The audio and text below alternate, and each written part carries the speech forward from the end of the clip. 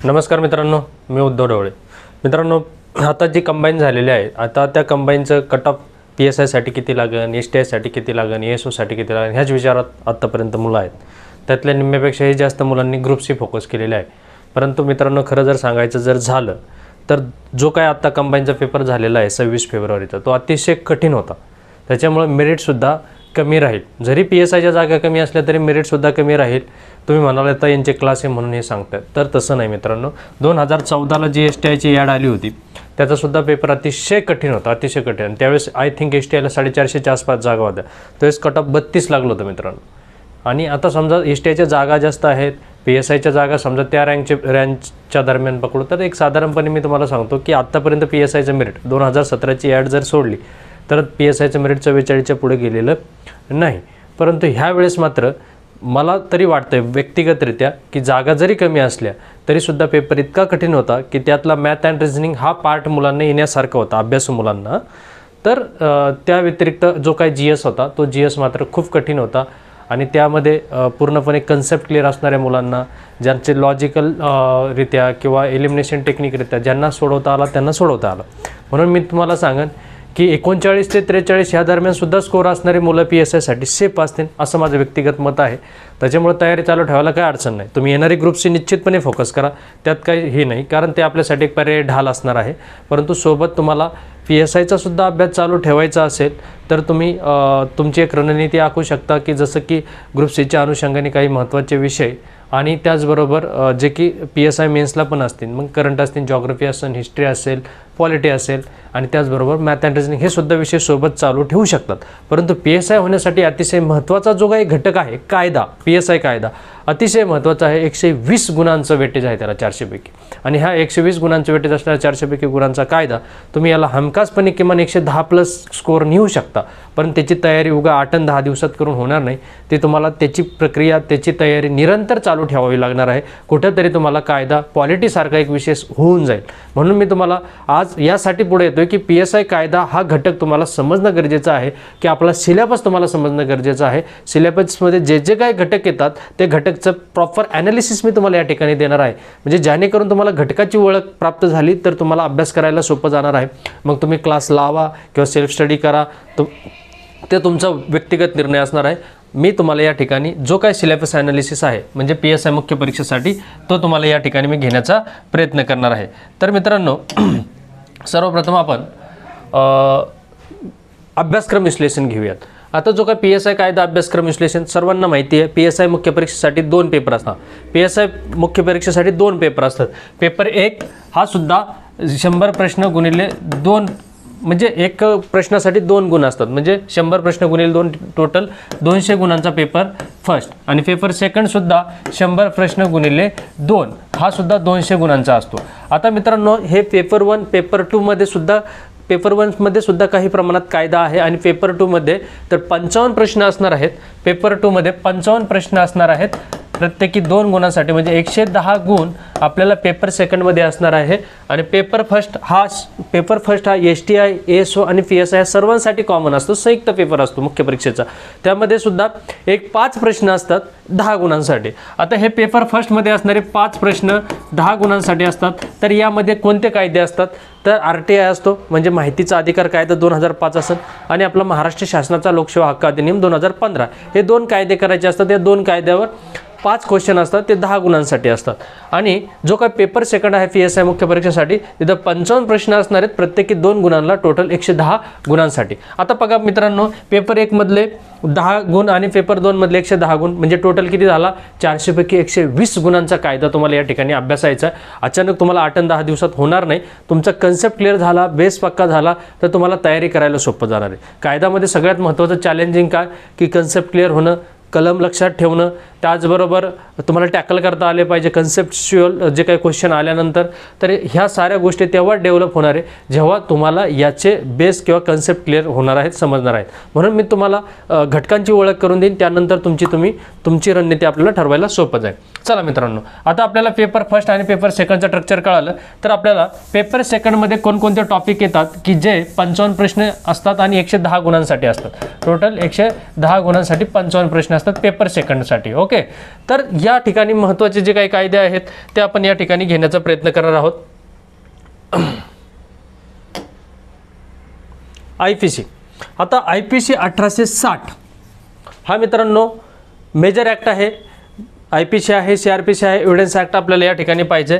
IPC 1860 हा एक जुना कायदा आहे, म्हणजे फौजदारी सगळ्यात जुना कायदा असणारा फौजदारी कायदा म्हणजे इंडियन पिनल कोड 1860. आता याची गरज का पडली? याच्यावर किती प्रश्न असतात? तर याच्यावर 10 प्रश्न असतात, प्रत्येकी 2 गुणांसाठी टोटल 20 गुण. आता मित्रांनो सुरुवात जर पाहिली आपण PSIची, जसं सुरुवात 2013 पासून जो काही पॅटर्न बदलत गेला असेल 14-15ला तर PSIची ॲड नव्हती, 16, 17, 18 आणि 19, 20. आता 20ची मुख्य परीक्षा होणं बाकी आहे. तर मित्रांनो तसं कायद्यामध्ये डीप घुसण्याचा प्रयोग आयोगाने केलेला आहे. सुरुवातीला IPCवर जास्त काही प्रश्न येत नव्हते, परंतु आता IPCला तेवढं वेटेज दिलं. IPC हा आपल्या सर्व फौजदारी कायदा सर्वात मोठा कायदा म्हटलं तरी चालेल, सर्वात मोठी दंडसंहिता, जगातील सर्वात मोठी दंडसंहिता समजली जाते आणि आपला जुना कायदा आहे. आता हा इंडियन पिनल कोड या घटकाची आपल्याला ओळख करून घ्यायची आहे. परंतु आता मी तुम्हाला फक्त सुरुवातीला हे सांगणार आहे की पेपर सेकंडमध्ये कोणकोणते घटक येतात आणि प्रत्येक घटकाची ओळख करून देणार आहे. IPC 1860 10 प्रश्न 2 गुणांसाठी 20 गुण असणारे. नंतर CRPC क्रिमिनल प्रोसिजर कोड 1973 10 प्रश्न असणारे 2 गुणांसाठी, इथं सुद्धा 20 गुण असणारे. ओके, नंतर एव्हिडन्स ॲक्ट म्हणजे भारतीय पुरावा कायदा 1872 याची सुद्धा 10 प्रश्न असणारे, प्रत्येकी 2 गुणांसाठी 20 गुण. आणि मुंबई पोलीस अधिनियम हा महाराष्ट्र पोलिसांसाठी लागू आहे. इथं सुद्धा राष्ट्रपतींनी सही केली 15 जून 1951ला. कारण हा कायदा जो विषय हा समवर्ती सूचीतला म्हटलं तरी चालेल फौजदारी कायदे, आणि त्या ठिकाणी जर कुठंतरी केंद्राच्या कायद्यांना धक्का बसत असेल तर त्या विषय समवर्ती सूचीतल्या विषयावर जरी राज्याने कायदा केला असेल तर राष्ट्रपतींच्या सहीसाठी राज्यपाल पाठवू शकतात. म्हणजेच आपल्या महाराष्ट्र पोलीस अधिनियमावर सही कोणी केलेली आहे? राष्ट्रपतींनी केलेली. इथं सुद्धा 10 प्रश्न प्रत्येकी 2 गुणांसाठी म्हणजे 20 गुण या ठिकाणी. म्हणजे हे जे महत्त्वाचे 4 कायदे आहेत हे 80 गुणांसाठी असणार आहे. आता हे 4 कायदे जे काही हे आहेत मी सविस्तरपणे सांगणार आहे, कोणता कायदा कशासाठी याची ओळख करून देणार आहे. तत्पूर्वी तुम्हाला वेटेज या ठिकाणी मी सांगण्याचा प्रयत्न करेन. आता त्यानंतर काही मायनर कायदे आहेत. ओके, कोणते? नागरी हक्क संरक्षण अधिनियम. आता हा नागरी हक्क संरक्षण अधिनियम, त्याचबरोबर मानवी हक्क संरक्षण अधिनियम 1993, त्याचबरोबर कौटुंबिक हिंसाचार महिला संरक्षण अधिनियम 2005, आणि नंतर त्यापुढचे जे ॲट्रॉसिटी ॲक्ट म्हणतो आपण, अनुसूचित जाती जमाती अत्याचारास प्रतिबंध कायदा जो आहे 1989 तो आहे. नंतर हुंडाबंदी अधिनियम 1961 आणि महात्मा गांधी तंटामुक्ती अभियान जे काय 2007-08चं असेल, आणि मानवी हक्क जाहीरनामा व चळवळ. मानवी हक्क जाहीरनामा हा कधीचा आहे? 10 डिसेंबर 1948. तर हा सुद्धा महत्त्वाचा आहे, कारण ह्युमन राईट्सवर आंतरराष्ट्रीय लेवलचे सुद्धा प्रश्न विचारले जातात. काही चळवळी मुवमेंट आणि त्यामागची पार्श्वभूमी, हिस्टॉरिक ऐतिहासिक पार्श्वभूमी सुद्धा विचारली जाते. हे जे काही आपण पाहिले मायनर ॲक्ट्स, आता तुम्ही पाहिला IPC, CRPC, एव्हिडन्स ॲक्ट आणि महाराष्ट्र पोलीस अधिनियम हे 40 प्रश्न 80 गुणांसाठी आहे. आणि राहिलेले जे 15 क्वेश्चन आहे गुणिले 2 30 गुणांसाठी ह्या राहिलेले आता जे आपण पाहिलेले आहेत मायनर. आणि सोबत महात्मा गांधी तंटामुक्ती अभियानावर अजूनपर्यंत एकदाही प्रश्न आलेला नाही, परंतु तो आपल्या सिलेबसचा भाग आहे, ते सुद्धा पाहणं आवश्यक आहे, त्याचं सुद्धा महत्त्व जाणून घेणं आवश्यक आहे. नंतर मानवी हक्क जाहीरनामा व चळवळ, याच्यामध्ये सुद्धा मानवी हक्क जाहीरनामामध्ये 30 कलमं आहेत. ते 30 कलमंसुद्धा तुम्ही वाचून घेतलं तरी काही हरकत नाही. आणि ज्या काही चळवळी झालेल्या आहेत मानवी हक्काबाबत त्यासुद्धा आपल्याला थोडक्यात आणि महत्त्वाच्या चळवळी समजून घेणं गरजेचं आहे. त्यावर सुद्धा 2 किंवा 3 क्वेश्चन होऊ शकतात. कारण 2019च्या PSI मेनचा पॅटर्न जर तुम्ही पाहिला तर अतिशय डीप आणि अतिशय कठीण लेवलचा पेपर होता. सर्व क्लासवाले जरी एकत्र आले असते तरीसुद्धा तो पेपर सुटला नसता. तर त्यामुळं त्या अनुषंगाने आपली तयारी असणं गरजेचं आहे. चला, आता आपल्याला 1 बाय 1 पाहायचं. आता पेपर फर्स्टमध्ये मी तुम्हाला सांगितलं मित्रांनो, पेपर फर्स्टमध्ये 2 कायदे आहेत. 2 कायदे कोणते? 2 कायदे RTI आणि लोकसेवा हक्क अधिनियम. आता हा RTI ॲक्ट म्हणजे हा सुद्धा पेपर फर्स्ट हा जो आहे तो संयुक्त आहे, म्हणजे STIसाठी सुद्धा असणार आहे, ASOसाठी असणार आहे आणि PSIसाठी सुद्धा असणार आहे. आता यालाच आपण काय म्हणतो, राईट टू इन्फॉर्मेशन ॲक्ट 2005 किंवा त्यालाच आपण म्हणतो माहितीचा अधिकार कायदा 2005. ह्या कायद्यामध्ये टोटल 31 कलम आहेत. टोटल 31 कलम आहेत, 2 अनुसूची आहेत. आता ह्या 2 अनुसूची म्हणजे जसं भारतीय संविधानामध्ये आपण विचारलं किती शेड्यूल आहेत, तर 12 शेड्यूल आहेत. तसे याला सुद्धा 2 शेड्यूल आहेत, 2 अनुसूची. एक अनुसूचीमध्ये काय केलेलं आहे, शपथचा फॉर्मॅट ठरवलेला आहे. जे आयुक्त असतील, मुख्य आयुक्त असतील माहिती आयोगाचे, त्यांचा शपथ जो आहे नमुना तो ठरवला आहे. आणि दुसऱ्या अनुसूचीमध्ये एक जवळजवळ 25 ऑर्गनायझेशन आहे की ज्या ठिकाणी गोपनीयतेच्या नावाखाली तिथं RTI चालत नाही, जसं की IB आहे, रॉ आहे. ओके, तर ह्या 2 अनुसूच्या आणि 31 कलम असणार आहे. RTI ॲक्टमध्ये नुसते कलमच करून चालणार नाही, तर त्याबरोबर RTI च्या मुवमेंट चळवळी पार्श्वभूमी जसं अण्णा हजारे असतील, केजरीवाल असतील, ह्या लोकांच्या सुद्धा किंवा कोणत्या देशाने सर्वप्रथम RTI लागू केला किंवा भारताचा कितवा क्रमांक आहे, भारतात कोणत्या राज्याने सर्वप्रथम RTI कायदा बनवला किंवा महाराष्ट्र कितवा आहे, ह्या साऱ्या गोष्टी त्या ठिकाणी पाहणं आवश्यक आहे, कारण आयोग त्याच्यावर सुद्धा प्रश्न विचारू शकतात. आता ह्या 31 कलमामध्ये काय काय असणार आहे की माहिती आयोगाच्या घटित करण्यापासून त्याचे अधिकार, कर्तव्य, त्याचबरोबर जनमाहिती अधिकारापासून तर अपील, प्रथम अपील, द्वितीय अपील, ह्या साऱ्या गोष्टी माहिती अधिकार या कायद्यामध्ये असणार आहे. आणि माहिती अधिकार हा फक्त आपल्या सिलेबसचा भाग म्हणून शिकून घेऊ नका. तर मित्रांनो, आपण एक सर्वसामान्य व्यक्ती आहे, आपल्या देशाची गुड गव्हर्नन्स किंवा पारदर्शकता आणण्यासाठी हे अतिशय महत्त्वाचं शस्त्र आहे. म्हणून एक सर्वसामान्य सिटीजन किंवा नागरिक म्हणून तुम्ही माहितीचा अधिकार कायदा व्यवस्थित अभ्यासू शकता. तोच बरोबर तुम्हाला 2 किंवा 3 प्रश्न मुख्य परीक्षेला सुद्धा उपयोगी पडू शकतात. आता मित्रांनो, पेपर फर्स्ट मधला दुसरा महत्त्वाचा कायदा कोणता असणार आहे, तर लोकसेवा हक्क अधिनियम 2015. मित्रांनो, हा फक्त महाराष्ट्रापुरता मर्यादित आहे, लक्षात असू द्या. जसं माहितीचा अधिकार कायदा हा पूर्ण इंडियासाठी आहे. सुरुवातीला आधी सर्व राज्यांनी बनवला होता, जसं महाराष्ट्राने 2002ला बनवला गेला होता, परंतु एक केंद्राने कायदा आणला. मी जसं तुम्हाला सांगितलं, कायदा हा समवर्ती सूचीतला विषय, राज्य पण बनवू शकतो, केंद्र पण बनवू शकतो, पण केंद्राचा नेहमी वरचढ असेल. 2005ला कोणाचा, केंद्राचा आपला जो काही असन तो माहिती अधिकार कायदा आला होता, जसं की 12 ऑक्टोबर 2005 पासून आय थिंक लागू झाला होता RTI. आता लोकसेवा हक्क अधिनियम हा महाराष्ट्राचा आहे, फक्त महाराष्ट्र राज्यापुरता मर्यादित आहे, जो साधारणपणे 28 एप्रिल 2015 पासून लागू असेल. 28 एप्रिल 2015. आता याची जसं की देवेंद्र फडणवीस असतील किंवा आपल्या महाराष्ट्र शासनाचे माजी मुख्य जे काही सचिव असतील, स्वाधीन क्षत्रिय असतील, ह्या साऱ्या लोकांचा रोल या ठिकाणी अतिशय महत्त्वाचा ठरलेला आहे. की जसं की पूर्वी दप्तर दिरंगाई कायदे वगैरे अस्तित्वात होतेच, जसं की नागरिकांना एखादीच गव्हर्नमेंटची किंवा सरकारची सर्व्हिस वेळेवर भेटत नाही, ती भेटावी, सर्व्हिस त्यांना भेटावी, ह्या अनुषंगाने, ह्या उद्देशाने हा लोकसेवा हक्क अधिनियम फडणवीस सरकारच्या काळात आलेला आहे आणि 28 एप्रिल 2015 पासून लागू झालेला आहे. त्यामध्ये सुद्धा तुमची कोणतीही गव्हर्नमेंटची सर्व्हिस असो, सरकारी सर्व्हिस असो, मग ती ऑनलाईन पद्धतीने असो किंवा तुमची ऑफलाईन पद्धतीने असो, ती सर्व्हिस तुम्हाला भेटली पाहिजे, हा त्यामागचा उद्देश आहे. यामध्ये सुद्धा 30 कलम आहेत. ते 30 कलमसुद्धा तुम्हाला जर RTI समजला तर हे सुद्धा लोकसेवा हक्क अधिनियम समजायला अतिशय सोपं जाईल. म्हणून तुम्हाला सांगतो, दोन्ही कायदे एकमेकांच्या रिलेटेड आहे. चला, आता आपल्याला पेपर सेकंडमधले कायदे बघायचे आहेत. पेपर सेकंडमध्ये सर्वप्रथम इंडियन पिनल कोड 1860 अतिशय जुना कायदा आहे आणि जगातील सर्वात मोठी दंडसंहिता म्हटली जाते किंवा ब्रिटिशकालीन सर्वात जुना फौजदारी कायदा म्हटलं तरी वावगं ठरणार नाही. आता हा इंडियन पिनल कोड 1860 आणण्याची गरज का, तर सर्वांना माहिती आहे, भारतामध्ये ब्रिटिश सत्तेवर येण्यापूर्वी अनेक काही संस्थानिकांचे राज्य आपल्या देशावर होते, अनेक काही संस्थान होते, अनेक काही राज्य होते आणि त्यामुळे प्रत्येक राज्याची, प्रत्येक संस्थानाची वेगवेगळी दंडसंहिता होती. जसे की ब्रिटिश भारतात येण्यापूर्वी बराचसा भारत देशावर अंमल कोणाचा होता, मोगलांचा होता. त्याच्यामुळे मोगलांची जी काही दंडसंहिता होती ती पूर्णपणे कशावर होती, इस्लामिक होती किंवा मोमेडियन क्रिमिनल लॉ म्हणा त्याला, की जे पूर्णपणे इस्लामिक धर्मावर आधारित असल्यामुळं तिथं 2 प्रकारचे गुन्हे समजले जायचे, अगेन्स्ट गॉड आणि अगेन्स्ट मॅन. म्हणजे देवाच्या धर्माच्या विरोधात गेलं तरी तिथं तो क्राईम व्हायचा, किंवा अगेन्स्ट मॅन म्हणजे एखाद्याचा खून केला, एखाद्याला मारहाण केली, हे सुद्धा अपराध त्या ठिकाणी व्हायचे आणि त्या ठिकाणी त्यांचा इन्साफ व्हायचा. परंतु हे कुठं मोमेडियन क्रिमिनल लॉ आहे कुठंतरी कोणत्या धर्मावर आधारित होता असल्यामुळे मुस्लिम आरोपींना थोडासा तो सैल असायचा किंवा इतर आरोपींना तो थोडा कठोर जायचा. मग कुठंतरी इथं विषमता होत असल्यामुळे कुठंतरी जी ब्रिटिश, म्हणजे जसं की लॉर्ड मेकोलेपासून सुरुवात झाली असं, जे काय बेंटिंग गव्हर्नर जनरल होते आय थिंक 1832च्या दरम्यान वगैरे, तर 1834च्या दरम्यान लॉर्ड मेकोले हे जे कायदा सचिव होते यांच्या अध्यक्षतेखाली एक समिती नेमली. मग आता ह्या लॉर्ड मेकोलेंसोबत मॅकलॉड होते, मिलेट होते आणि अँडरसन होते.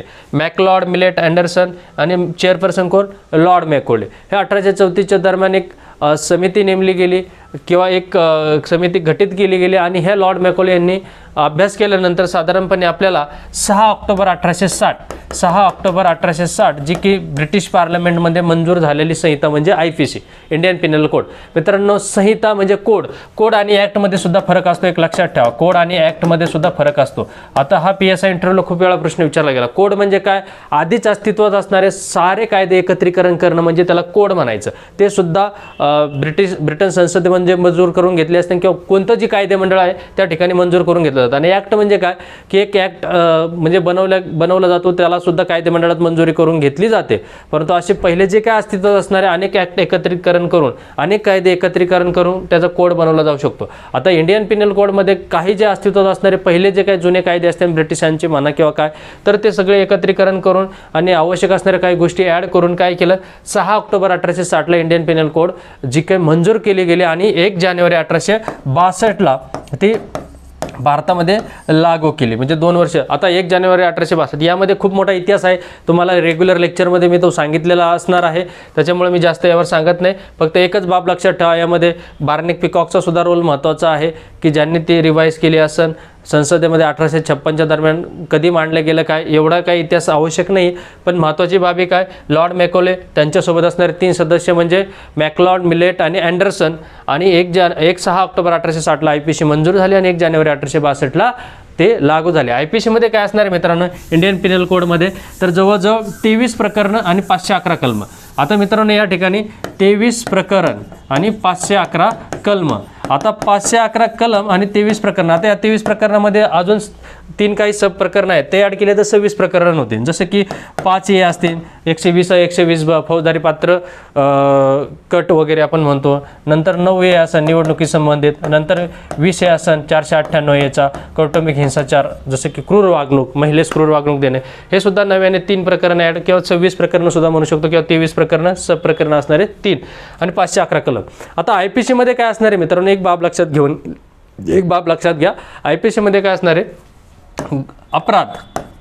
अपराधाचे स्वरूप, त्याची व्याख्या आणि त्याला असणारी शिक्षा, ह्या 4 बाबी या ठिकाणी असणार. लक्षात ठेवा, अपराधाचे स्वरूप, त्याची व्याख्या, त्याला असणारी शिक्षा, ह्याच गोष्टी IPCमध्ये असणार आहे. म्हणजे IPCमध्ये अपराधाचं प्रावधान आणि त्याला असणारी शिक्षा या साऱ्या गोष्टी असणार आहे. IPCमध्ये काही शब्दांची व्याख्या असणार आहे. IPCमध्ये काही गोष्टी म्हणजे एखाद्याला हानी पोहोचवणाऱ्या असतात, त्या तरीसुद्धा ते अपराध होत नाही, हे सुद्धा या ठिकाणी प्रकरण 4 मध्ये मेन्शन आहे.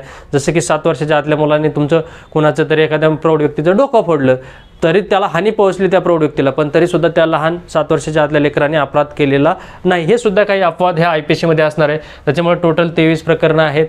सब प्रकरणं ॲड केले तर 26 होते. प्रत्येक प्रकरण ह्या वेगवेगळ्या विषयावर आहे. विषय बदलला की प्रकरण बदललं. चला नेक्स्ट. आता IPC तुम्हाला समजलं असेल. CRPC कशा संबंधित आहे मित्रांनो, क्रिमिनल प्रोसिजर कोड 1973. आता CRPC हा कशासाठी, IPC काय एक प्रकारे प्रोव्हिजन आहे आणि CRPC काय एक प्रकारे प्रोसिजर.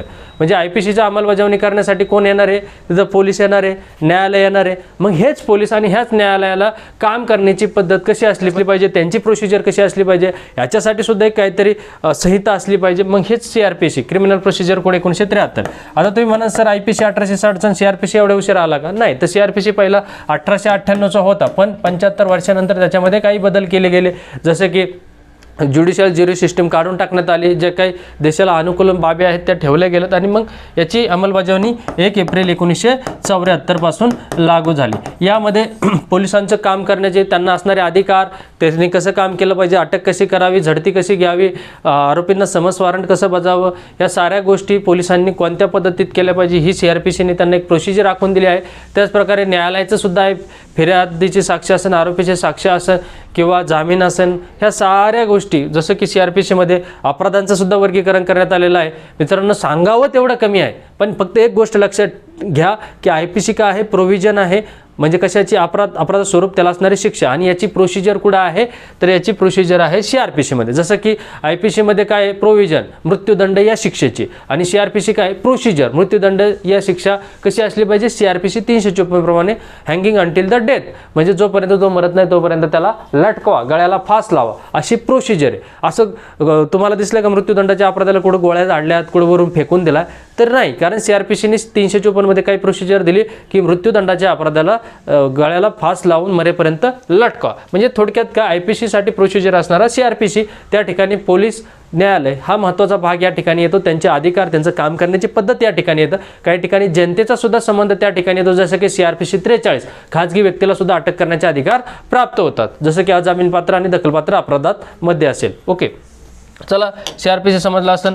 आता मित्रांनो एव्हिडन्स ॲक्ट काय 1872, तर भारतीय पुरावा कायदा 1872 म्हणतात. लॉर्ड स्टीफन याचे जनक समजले जातात, लॉर्ड स्टीफन. आता याची अंमलबजावणी कधीपासून झाली मित्रांनो, तर 1 सप्टेंबर 1872.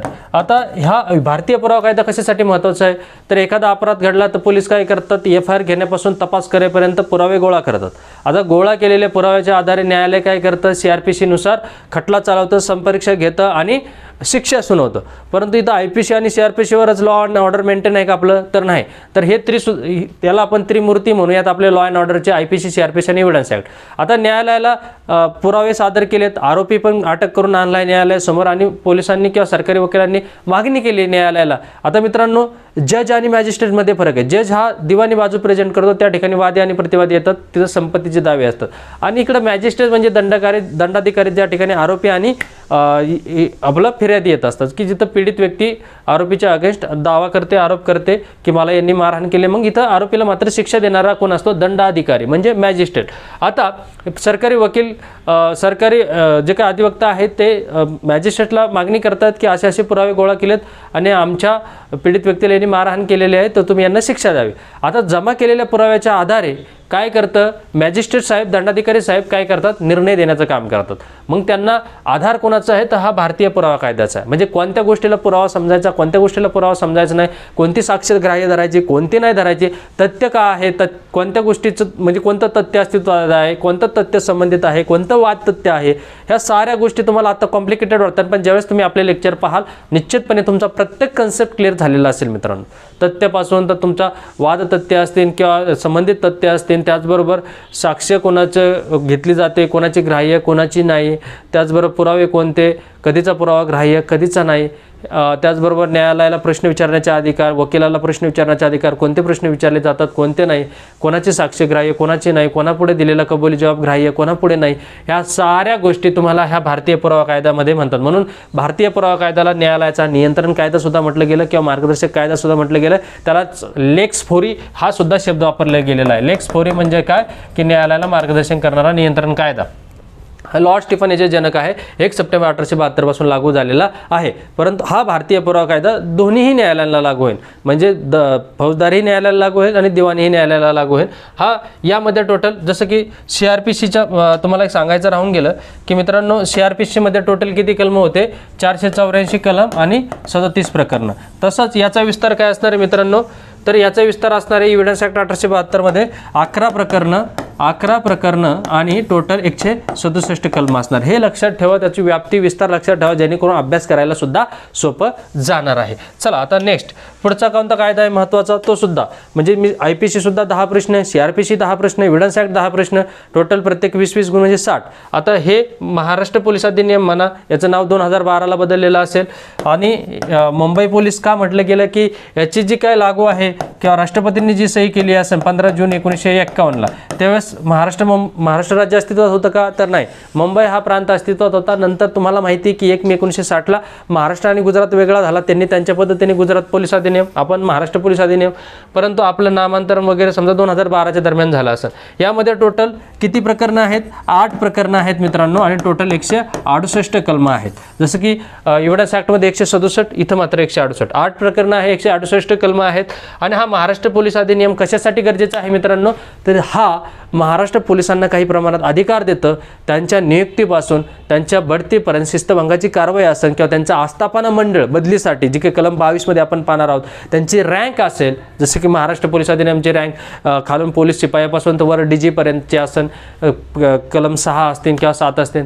त्याचबरोबर DCPचे अधिकार कलम 10, ACPचे अधिकार कलम 11, ह्या साऱ्या पोलीस दलाची संरचना असेल, पोलीस दल असेल, या संबंधित जी काही स्ट्रक्चर आहे, ही संरचना आहे, ती महाराष्ट्र पोलीस अधिनियममध्ये आपल्याला आपल्याला पाहायला भेटणार आहे।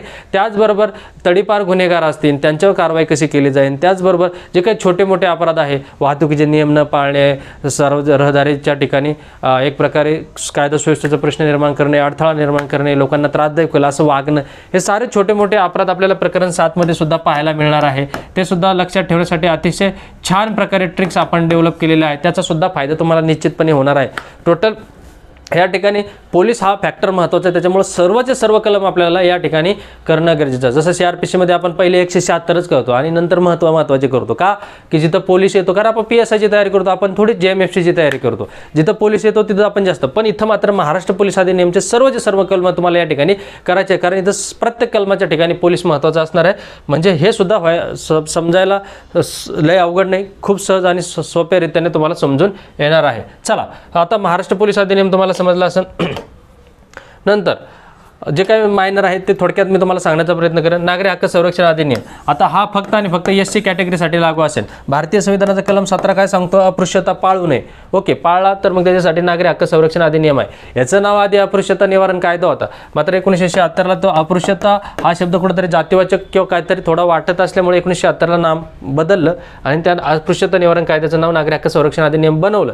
याच्यामध्ये कशाचं, संविधानाच्या कलम 17चं पालन करतं, म्हणून याच्या सुद्धा कलम 17 आहेत असे आपण ट्रिकच्या माध्यमातून लक्षात ठेवू। याच्यामध्ये टोटल कलम किती असणार आहे, 17 आहे। याची अंमलबजावणी 1 जून 1955 पासून असणार आहे। परंतु मित्रांनो, हा कायदा कुठेतरी सौम्य आहे। मित्रांनो, नागरी हक्क संरक्षण अधिनियम कोणासाठी आहे, तर SC कॅटेगरीसाठी आहे, अनुसूचित जातीसाठी आहे। आणि कलम 17 काय, भारतीय संविधानाचा की अस्पृश्यता पाळू नये त्या 17च्या अंमलबजावणीसाठी। आणि इथं सुद्धा टोटल कलम किती असणार आहे, 17च असणार आहे। आणि याचं नाव पहिलं अस्पृश्यता निवारण कायदा होतं, 1976 ला नाव काय झालं, नागरी हक्क संरक्षण अधिनियम झालं आणि याची अंमलबजावणी 1 जून 1955 असेल। ओके, तर ह्या नागरी हक्क संरक्षण अधिनियममध्ये जे काही भेदभाव केला जातो, कशाच्या आधारे, जातीच्या आधारे, अस्पृश्यतेच्या आधारे, मग सामाजिक निसमर्थता असेल, धार्मिक निसमर्थता असेल, मग वैद्यकीय दवाखाना असेल, हॉस्टेल असेल, शाळा असेल, अनेक काही संस्था असेल, या ठिकाणी त्या अपराधाला असणारी शिक्षा 100 रुपये ते 500 रुपये दंड असेल किंवा 1 महिना ते 6 महिने शिक्षा वगैरे, ह्या साऱ्या सौम्य शिक्षा आहे। परंतु ह्या कायद्याची कुठंतरी गुन्ह्याचं प्रमाण कमी होत नसल्यामुळे पुढे जाऊन ॲट्रॉसिटी सारखा गंभीर कायदा या ठिकाणी आणण्याचा सरकारला पाऊल उचलावा लागला, तो सुद्धा आपल्याला अभ्यासाला आहे, तो आपण पाहणारच आहोत। चला, पुढचा कायदा कोणता आहे, मानवी हक्क संरक्षण अधिनियम 1993। याच्यामध्ये टोटल 43 कलम आहे मित्रांनो, आणि यामध्ये 8 प्रकरणं असतील, 43 कलम असतील। आता ह्या मानवी हक्क संरक्षण अधिनियम सप्टेंबर 1993 ला लागू झालेला असेल। आता 1993 ला हा कायदा लागू झालेला असेल। मानवी हक्क संरक्षणमध्ये ह्युमन राईट्स, आपल्याला माहिती, याला आंतरराष्ट्रीय इतिहास कारणीभूत आहे या कायद्यासाठी म्हणा, किंवा आपल्या भारतामध्ये सुद्धा तो प्रयत्न आहे। आणि या ठिकाणी केंद्रीय राष्ट्रीय मानवी हक्क आयोग म्हणू शकतो किंवा राज्य मानवी हक्क आयोग म्हणू शकतो, यांचं काम, त्यांना अधिकार, त्यांचं कर्तव्य, त्याचबरोबर कोणत्या गोष्टी मानवी हक्क आयोगाच्या कक्षेत येत नाही, कोणत्या येतात, नागरिकांसाठी कोणाला मानवी हक्क लागू होतात, कोणाला नाही, या साऱ्या गोष्टी या ठिकाणी ह्या 43 कलमांमध्ये आपल्याला पाहायचं आहे। तो अतिशय महत्त्वाचा कायदा। इथं सुद्धा कधी 3-3, 4-4 प्रश्न सुद्धा विचारले जातात। या ठिकाणी नुसता मानवी हक्क संरक्षण अधिनियमच महत्त्वाचा नाही, तर मानवी हक्क चळवळी सुद्धा आपल्याला पाहणं आवश्यक आहे, ते सुद्धा आपल्या अभ्यासक्रमासाठी महत्त्वाचे असणार आहेत। चला, कौटुंबिक हिंसाचार महिला संरक्षण अधिनियम, हे प्रत्येक खेडोखेडे ह्या गोष्टी आढळून येतात। कोणत्या, कौटुंबिक हिंसाचार। हा कौटुंबिक हिंसाचार मग शारीरिक असेल, मानसिक असेल, मालमत्तेचं असेल, लैंगिक असेल, किंवा आपण म्हणूयात भावनिक असेल, असे बरेच काही हिंसाचाराचे प्रकार आहेत। जसं की तिच्या सासू सासऱ्यांकडून होत असतो, कुणावर, त्या सुनावर। तर हा कौटुंबिक हिंसाचारापासून संरक्षण प्राप्त होण्यासाठी हा कायदा आणला गेलेला आहे केंद्राकडून, जेणेकरून IPC 498 ची कारवाई ही सुरुवातीला नको आहे तर अंतिम असावी। म्हणजे हा कौटुंबिक हिंसाचार कायद्याचा उद्देश काय आहे, ते नवरा बायकोचे भांडणं असेल किंवा सुनाचे सासू सासऱ्याचे भांडणं असेल तर ते सुरुवातीला मिटवण्याचा प्रयत्न करतील, काउन्सिलिंग करण्याचा प्रयत्न करतील। मिटत नसेल तर त्या महिलेच्याच फेवरमध्ये हा कायदा आहे, तिच्या मग आर्थिक नुकसान भरपाई असेल, तिचे हक्क, ह्या साऱ्या गोष्टींनी संरक्षणाचा आदेश असेल कलम 12 नुसार सारे आदेश तिला महिला संरक्षक अधिकारी, जी काही शासनाची नियुक्ती असेल ती न्यायालयातून तिला प्राप्त करून देण्याचा प्रयत्न करेन। आता हा कौटुंबिक हिंसाचार महिला संरक्षण अधिनियममध्ये कलम टोटल किती आहेत, 37 कलम आहेत। आणि याची अंमलबजावणी कधीपासून झालेली आहे मित्रांनो, 26 ऑक्टोबर 2006 पासून। तर ह्या कौटुंबिक हिंसाचार महिला संरक्षक अधिनियम जो आहे, कौटुंबिक हिंसाचारापासून महिलांचं संरक्षण अधिनियम 2005, हा आपल्या ग्रामीण भागातील किंवा आपल्या सर्व समाजातील एक अतिशय महत्त्वाचा कायदा, याची जागृती होणे गरजेचं आहे। एक सिटीजन म्हणून, एक जागृत नागरिक म्हणून सुद्धा आपल्याला हा कायदा अभ्यासणं महत्त्वाचं आहे। त्याचबरोबर याला 3-4 प्रश्नसुद्धा आयोग विचारू शकतो, त्याच्यामुळे हे 37 कलम आपल्याला अभ्यासणं गरजेचं आहे. आणि यामध्ये कलम कसे लक्षात ठेवायचे याच्यासुद्धा सोप्या सोप्या ट्रिक्स मी बनवलेल्या आहेत. जसं की बंदिस्त कक्षात सुनावणी झाली पाहिजे, कलम 16 इन कॅमेरा हॉगवाळा, जसं की त्याला एकाच घरात राहण्याचा अधिकार आहे, कलम 17 एकाच घरात नाही राहण्याचा खतरा. ह्या साऱ्या मस्त ट्रिक्स मी तुम्हाला प्रत्येक मायनर कायद्यामध्ये, मेजर कायद्यामध्ये आपल्या बॅचमध्ये दिलेल्या आहेत, जेणेकरून तुम्हाला कायदे कलमही लक्षात राहून जातील आणि त्याचबरोबर कन्सेप्टही क्लिअर होऊन जातील. आता मित्रांनो पुढचं आपल्याला पाहिजे आहे की SC आणि ST ॲट्रॉसिटीज प्रिव्हेन्शन ॲक्ट. तुम्हाला मी आत्ताच सांगितलं नागरी हक्क संरक्षण अधिनियम हा SC साठी होता आणि तिथं अपराधाला असणारी शिक्षा अतिशय सौम्य होती, तरीही त्याचा काही अपराध कमी होण्याचं प्रमाण काही दिसून आलं नाही. नंतर जो काही कठोर कायदा आला SC आणि ST ॲट्रॉसिटीज प्रिव्हेन्शन ॲक्ट 1989, हा मात्र इथं SC सोबत STलाही संरक्षण प्रदान करून जातो. या ठिकाणी टोटल 23 कलम असणार आहे मित्रांनो, 23 कलम. याची अंमलबजावणी कधी झालेली आहे? 30 जानेवारी 1990ला अंमलबजावणी झालेली आहे. आता यामध्ये 23 कलम आहेत मित्रांनो. 2018मध्ये सुद्धा याच्यामध्ये काही सुधारणा झाल्या. जसे काय सुधारणा झाल्या? पहिल्या त्या गुन्हेगाराला 2 वर्षासाठी तडीपारी होती, आता इथे 3 वर्षासाठी तडीपारी असणार आहे. त्याचबरोबर 2018ला काही सुधारणा झालेल्या आहेत. पहिल्या कलम 3मध्ये पोट कलम 1मध्ये साधारणपणे 15 अपराध होते, आता किती अपराध झालेत? 29 अपराधांची संख्या झालेली, 29 बाबी त्या ठिकाणी ॲड केल्या गेलेल्या आहेत. हे नवीन झालेले बदलसुद्धा आयोगाच्या परीक्षेच्या दृष्टीने अतिशय महत्त्वाचे आहेत. ॲट्रॉसिटीमध्ये काय की SC आणि ST समाजातील लोकांवर जो अत्याचार केला जातो, पण अत्याचार कोणत्या हेतूने केला जातो की ते त्या समाजातील आहे, SC आणि ST समाजातील आहे, तर मात्र इथं ॲट्रॉसिटीचा गुन्हा दाखल होतो. परंतु ॲट्रॉसिटीचा गुन्हा दाखल करत असताना सुद्धा आता एक प्रकारे एक संहिता किंवा नवीन नियमावली राबवली जाते की साक्षीदार हा त्या समाजाच्या व्यतिरिक्त असावा, कारण हा गुन्हा अतिशय कठीण किंवा गंभीर आहे की इथं जामीनपात्रता अपराध नसतात आणि शिवाय अटकपूर्व जामीनसुद्धा याला कलम 18 नुसार मंजूर होत नाही. म्हणून ॲट्रॉसिटी हा कायदा कडक आहे, त्याच्यामुळे कुठेतरी अत्याचार कमी होण्याचं प्रमाण आपल्याला ह्या ॲट्रॉसिटीच्या कायद्यामुळे दिसून येतं. परंतु कधी याचा दुरुपयोग झालेला सुद्धा आपल्याला दिसत असतो, परंतु हा दुरुपयोग जास्त करून राजकीय प्रभावित किंवा राजकीय प्रेरित हेतूने असलेला दिसून येत आहे. असो, नंतर पुढचा मायनर कोणता आहे मित्रांनो? तर हुंडाबंदी अधिनियम 1961. यासाठी हा पहिला कायदा आहे की जिथं जॉईंट सिटिंग घ्यावी लागली. कारण का हुंडाबंदी कायदा हा म्हणजे ही परंपरा मुस्लिम समाजाला कायदा लागू नव्हता, कारण त्यांना मेहर आणि देण लागू आहे, त्यांचा पर्सनल लॉ आहे. मेहर आणि देण हा हुंडा समजला जात नाही. परंतु हुंडा या ठिकाणी म्हणजे काय? विवाहाच्या पूर्वी, विवाहाच्या वेळी, विवाहाच्या नंतर एका पक्षकाराने दुसऱ्या पक्षकाराला दिलेला किंवा देऊ कबूल केलेला जी काही मौल्यवान रोखा दस्तावेज जी काही संपत्ती असेल त्याला हुंडा असं म्हटलं जातं. यामध्ये टोटल 10 कलम आहे. याची अंमलबजावणी 1 जुलै 1961ला असेल, 1 जुलै 1961ला असेल. याच्यासाठी जॉईंट सिटिंग घेण्याची गरज पडली होती, कारण मतभेद झाले होते लोकसभा आणि राज्यसभामध्ये. पहिली आतापर्यंत भारतीय संविधान कलम 108 नुसार 3 जॉईंट सिटिंग झाली. त्यातली पहिली जॉईंट सिटिंग जी झाली असेल prohibition of dowry prohibition act जो काय आहे, प्रोहिबिशन ऑफ डॉरी ॲक्ट जो काय आहे, हुंडाबंदी अधिनियम 1961साठी आवश्यक घेतली गेली होती. त्यामध्ये टोटल 10 कलम आहेत. त्या 10 कलमामध्ये काय की हुंडा देण्याबद्दल, घेण्याबद्दल, प्रेरणा देण्याबद्दल, मागण्याबद्दल एक विविध प्रकारच्या शिक्षा आहे. हुंडा हा अपराध कसा आहे, दखल आहे का अदखल आहे, तो पण महत्त्वाचा आहे. कोर्टाच्या परवानगीशिवाय अटक करता येत नाही. ह्या बऱ्याच काही ज्या काही गोष्टी आहे, हुंडा प्रतिषेध अधिकारी काय किंवा राज्याचे केंद्राचे नियम करण्याचे अधिकार, हे 10 कलम या ठिकाणी तुम्हाला अभ्यासायचे आहेत. याच्यावर 2 प्रश्न जास्तीत जास्त पडू शकतात. 10 कलम आहेत, अतिशय तुम्ही 10 मिनिटातही करू शकता, अतिशय सोपे आणि साधे आहेत. आणि मी दिलेल्या ट्रिक्समधून तो तुम्हाला लाईफ टाईम लक्षात राहून जाईल. आता मित्रांनो, महात्मा गांधी तंटामुक्ती अभियान आहे. RR आबा याचे जनक समजले जातात. 2007-08च्या दरम्यान जो काही हा अभियान आलं, योजना आली, तुम्हाला माहिती गावात तंटामुक्ती अध्यक्ष असतो. ह्या योजनेच्या म्हणजे गावात असेल, तालुक्यात असेल, जिल्ह्यात असेल, एक गाव तंटामुक्ती झालं तर त्यांना बक्षीस दिलं जातं. पण तंटामुक्त करण्याचे किंवा कोणते अपराध त्या ठिकाणी असतात की जे तडजोडीचे अपराध असतात ते त्यांना मिटवता येण्यासारखे असतात तंटामुक्ती अध्यक्षाला. एखाद्याने खून केला आणि चला तंटामुक्ती अध्यक्ष मिटवायला चालले, तर ते नाही बाबांनो. जे न्यायालयाच्या परवानगीने किंवा जे पक्षकारात तडजोड होणारे अपराध आहेत तेच अपराध तंटामुक्ती अध्यक्ष मिटवू शकतात, इतर नाही. मग महसुली तंटे असू शकतात, गावातले नॉर्मल फौजदारी पण असू शकतात, पण ते मिटवण्यासारखे असले पाहिजे, किंवा दिवाणी तंटे वगैरे असू शकतात. तर गाव तंटामुक्ती जेणेकरून पोलिसांचंही काम कमी होईल. आणि कारण का तंटा हा का निर्माण होतो मित्रांनो, की माणूस हा समाजशील प्राणी आहे. तो नेहमी कधी एकटा राहू शकत नाही, तो समाजात राहतो. आणि समाजात राहत असताना त्यातले जे काही गुण आहेत, मग लालसा असन, राग असन, क्रोध असन, स्वार्थीपणा असेल किंवा वेगवेगळ्या प्रकारच्या वासना, ह्या साऱ्या गोष्टी ज्या वाईट गुण आहेत, हे वाईट गुण काय करतात, माणसाला अपराध करायला प्रेरित करतात आणि मग त्याच्यामुळे तंटा निर्माण होतो. तर हे इथं कुठेतरी तंटामुक्त करण्याच्या अनुषंगाने हा महात्मा गांधी तंटामुक्ती अभियान आराबांच्या काळात आलेला आहे. ते सुद्धा आपल्याला समजून घेणं गरजेचं आहे. अजूनपर्यंत आयोगाने एकही प्रश्न विचारला नाही, पण आयोग आता सध्या नवनवीन प्रयोग करत आहे, कदाचित विचारूही शकतं. त्याच्यामुळे मित्रांनो तुम्ही ते सुद्धा अभ्यासणं गरजेचं आहे. मानवी हक्क जाहीरनामा व चळवळ 10 डिसेंबर 1948ला वैश्विक मानवी हक्क जाहीरनामा घोषित झाला. त्यामध्ये 30 कलम आहेत, ते सुद्धा तुम्ही अभ्यासू शकता. कदाचित त्याच्यावर सुद्धा एखादा प्रश्न येऊ शकतो. आणि ज्या काही मानवी हक्क चळवळी असतील, आंतरराष्ट्रीय असतील, राष्ट्रीय असतील, त्या सुद्धा समजून घ्या, अभ्यास करून घ्या. HRDचे जे पुस्तक आहेत त्यातून तुम्ही पाहू शकता, HRD. आता मित्रांनो तुम्हाला सांगेन बॅच विषय. जर कोणाला ह्या कायद्याचं घटक कळालं असेल, घटकाचं ॲनालिसिस मी तुमच्यासमोर केलेलं आहे.